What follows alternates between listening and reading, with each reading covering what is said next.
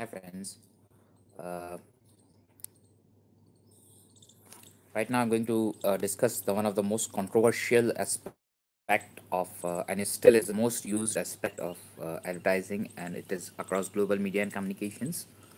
Uh, the truth is about using sex in media communications ads, using a different kind of ads, not just video ad films, but also can be on posters, magazines, and things like that. Uh, the truth is quite complicated as such.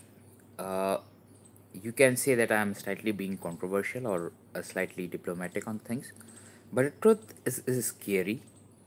The scary part is most time when a marketer or a brand management or creative director have tried to introduce an unnecessary sex element. Yeah, I'm talking about unnecessary part, the one which crosses the limits, the one which is deliberately put in to entice attraction, because there is so much of pressure going on. We need target, we need eyeballs, we need traffic, we need this. So what we happen is, we are marketers, we are creative directors, we are simple people, we are professionals, businessmen in the business, in creative lines. So if a brand manager or marketing head says, no, I want more sex in something more controversial, I am ready to uh, take the back end pains of it, but I want more and more something that becomes the news of it. We deliberately try to use a bag of lot of marketing mix which any seasoned person will tell, and we put it deliberate sex part which exaggerates the optimum mix. What happens? First, understand, if you are a client, please understand, sex is very controversial. May it be India, Europe, US, wherever it is. Mass majority of the campaigns where sex has been excessively introduced from a sheer point of view of getting more traffic and more controversy have failed. This is across history. Just Google the statistics. The things which have worked and worked really well, they had a back end price of managing a lot of media and PR for the controversies.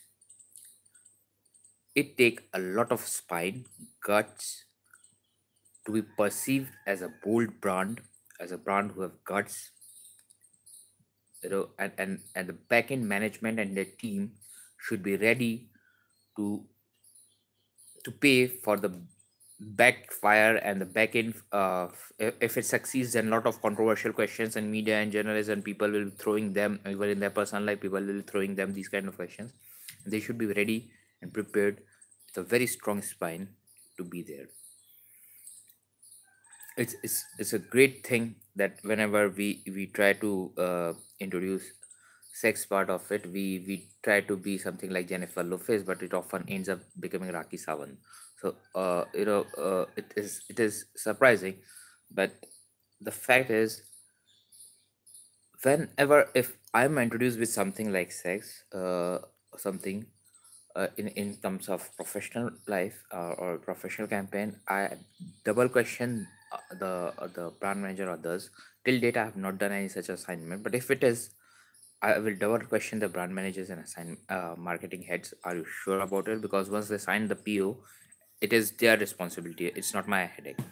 But then understand this thing, for an ongoing relationship, it's very tough to manage the back end controversies and the backfires related to sex.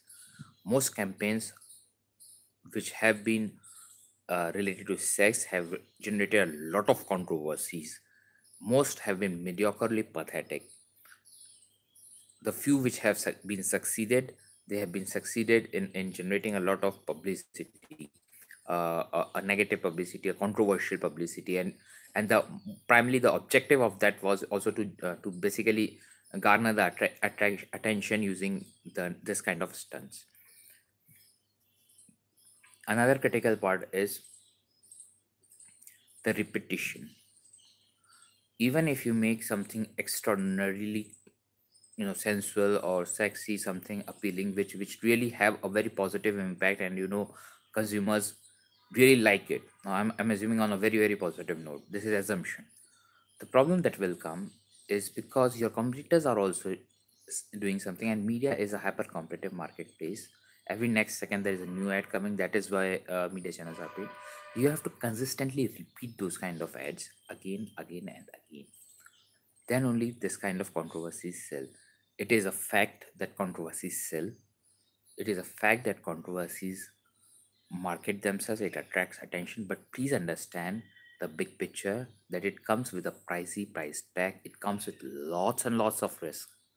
So if I, as a businessman, have the ability to get my things done without creating unnecessary controversies or unnecessary attraction, with only the right kind of attraction at the right level, right mix, not the high, not the low, at an optimum right mix, if I can get all my things done in a happy, peaceful, or cordial relationship, why should I create an unnecessary stuff? That's very much about the truth and the traps happens, and that's the thought of the day. Thank you.